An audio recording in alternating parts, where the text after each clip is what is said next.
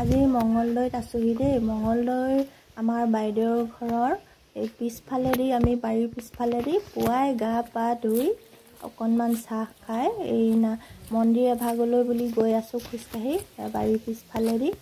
মন্দিৰ ভাগ হৈছে বুকৰজাৰ বাগান বুলি কয়, সেই ঠাইতে আছে বুকৰজাৰ মন্দিৰ। তালৈ আমি গৈ আছোঁ। মন্দিৰ ভাগ বাসুদেৱ মন্দিৰ হয়। তাতে আমি সেৱা এটা ল'মগৈ বুলিয়ে এয়া গৈ আছোঁ। পিছফালেদি গ'লে বোলে অলপ ওচৰ হয়, সেইকাৰণে আমি পিছফালেদিয়ে গৈছোঁ। আলিয়েদি গ'লে অলপ দূৰ হয়, সেইকাৰণে এয়া পিছফালে এয়া পুখুৰী পথাৰ পাৰ হৈ আমি সৌ বাঁহখিনি আছে যে তাতে আমি মন্দিৰ ভাগ পামগৈ। সেইটো কাৰণে এয়া গৈ আছোঁ আমি, আৰু আপোনালোককো দেখুৱাম ভিডিঅ'ৰ জৰিয়তে। এতিয়া ব'লক মন্দিৰ ভাগলৈ যাওঁ। বাসুদেৱ মন্দিৰ।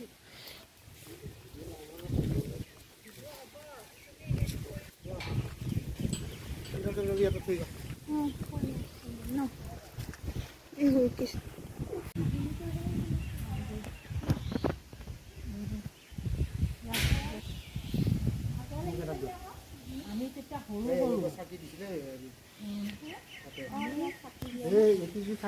শিৱসাগৰৰ মানুহে মোৰ লগৰ বন্ধু এটা হেৰি আছে হেৰি শিৱসাগৰ মই চাৰে 500 টকাত বনো।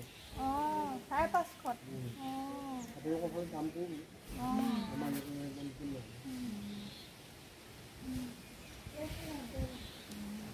এটা লৈ আহিব আৰু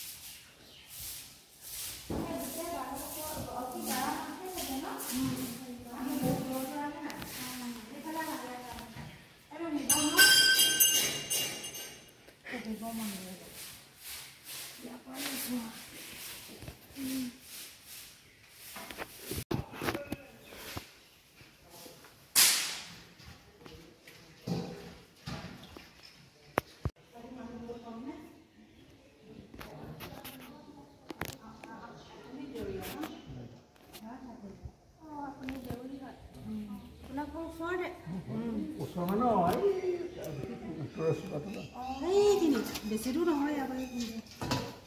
ইয়ালৈ সদায় আহে ন? হ'লেও মানুহ এতিয়া নাহে। 11টামান বজাৰ পৰাহে মানুহ আহিব। 11 বজাৰ পৰা মানে সদায় থাকে আৰু ইয়াত ডেইলি মানুহ বহুত হয় ন? মানুহ হয়। আৰু ইয়াত আহিলে চাগে ফলো পায়, অনুবাঞ্ছা পূৰণ হয়। এবাৰ অহা লোকসকল আকৌ আহেনে? এবাৰ অহাৰ পিছত আকৌ আহেনে? আহিয়ে থাকে। তাৰমানে ফল পাই মানে আহে। এজন এজনকৈ আহিয়ে থাকিব।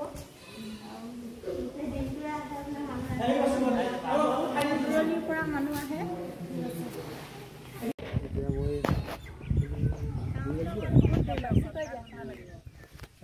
কথা হ'ল এইখিনি গোটেই জংঘল আছিল। আমাৰ সৰুকালৰ কথা কৈছোঁ। এইখিনিৰ পৰা আহি বাঁহী আছে, আমাৰ সিফালে মাটি তাতে কঠীয়া পাতিছিল। আমাৰ গৰু চাই গৈছিলোঁ আমি। এই বগা জামুটো যে বগা আছে, সেই জামুটো তাৰমানে ইয়াতে আছিলে। জামু গছ আমি মানে কঠীয়া পাৰি মেলি ইয়াতে মানে গৰু ওলাই আহোঁ সৰু তেতিয়া আমি কিছু কৰি থকা। তাৰপাছত এই আমাৰ মাজুটো ইয়াতে স্থানীয় এজনক উঠিলে জামু পাৰে আমিও পাৰি সেইখিনি আগতে। সেইদিনাখন দুপৰীয়া আছিল। সেই গছডালৰ হেৰিত মানে ধোঁৱা ওলাই আছে। কি জেগাতে ওলাই তাতে উঠিলে সেই গছডাল যিফালে গোহাঁই থানখন আছিল সিফালে উঠিলে। সৰু থান এখন ৰাতি দিয়া থানা এনেকৈ মানে জংঘল মোচা মুচি কৰি পেলাই থৈ গাখীৰ দিয়ে। তেনেকুৱা অৱস্থাত তেনেকৈ সি তাক মানে পেলাই দিলে গছৰ অ সি এনেকৈ পৰি খাৱা লৈ আছে সেই মই গাখীৰ এপোৱা দিম গাখীৰ এপোৱা দিম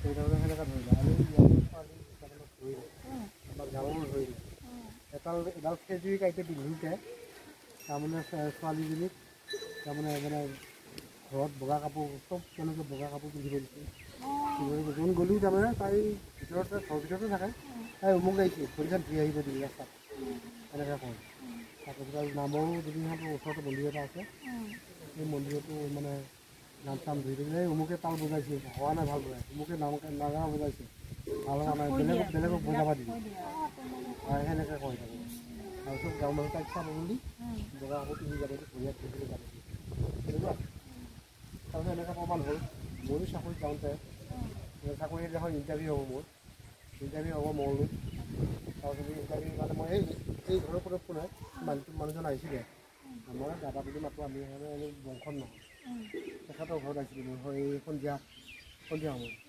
আহোঁতে এই কালি ইণ্টাৰভিউ আছে তুমি যাব ফুৰি লৈ তেনেকৈ ক'লে তাৰপিছত যাব লাগিব তাৰপিছত তই ভালকৈ ইণ্টাৰভিউটো দিবি আৰু এনেকৈ কৈছিলে অঁ আৰু যদি মই ইণ্টাৰভিউ পাছ কৰোঁ বাসুদেৱ মন্দিৰটো মই মণিকূটটো মই বনাই দিম সেইটো বনাব দিলোঁ আৰু তাৰমানে লগে লগে মই ইণ্টাৰভিউ পাছ কৰিছোঁ মানে দুইবাৰ টিং আনি দিবি দুইবাৰ টিঙতো গৈ পূজা কৰোঁতে টিংবাৰত জুই লাগি গৈছে পূজা কৰোঁতে ভুল হওঁতে আৰু এদিন এই ইয়াতে এইখন চালতো চাৰিদিনীয়া মাইকী মানুহ 4 দিনীয়া গা ধুই আহিছিল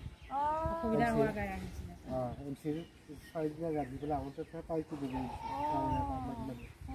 তাৰমানে সেইবিলাক হ'ল আৰু বহুতকো কৰিছে কিন্তু কোনোবাই কোৱা মন্দিৰৰ প্ৰসাদ নাখাবলৈ মাৰি দিব জেগা এটা আছে তাৰ প্ৰসাদ নাখাব বুলি ক'লে ভাত দি মাছ এইবোৰ কথা চকুত দেখা নাপাব কৰিছে আকৌ গাখীৰ চাখীৰ দি ধুনীয়াকৈ চকু পাৱা আনিছে বহুত আছে আৰু কিছুমানে খাই সন্তান নোহোৱা মানুহ সন্তান আছে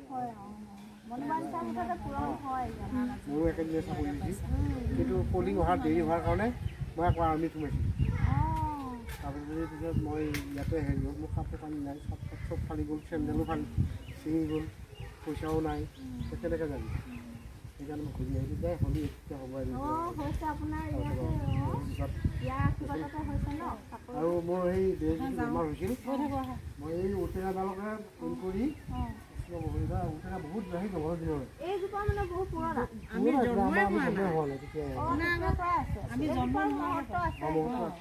ফেঁচা দুযোৰ আছে এযোৰ থাকে এটা বগা ফেঁচা বগা ফেঁচা থাকে ছোৱালী দেই কোনো নাপায় আৰু ইয়াত মানুহ বহি থাকে চাইডত ঔটেঙা পৰিব এনেকৈ মানুহৰ মাথাত নপৰে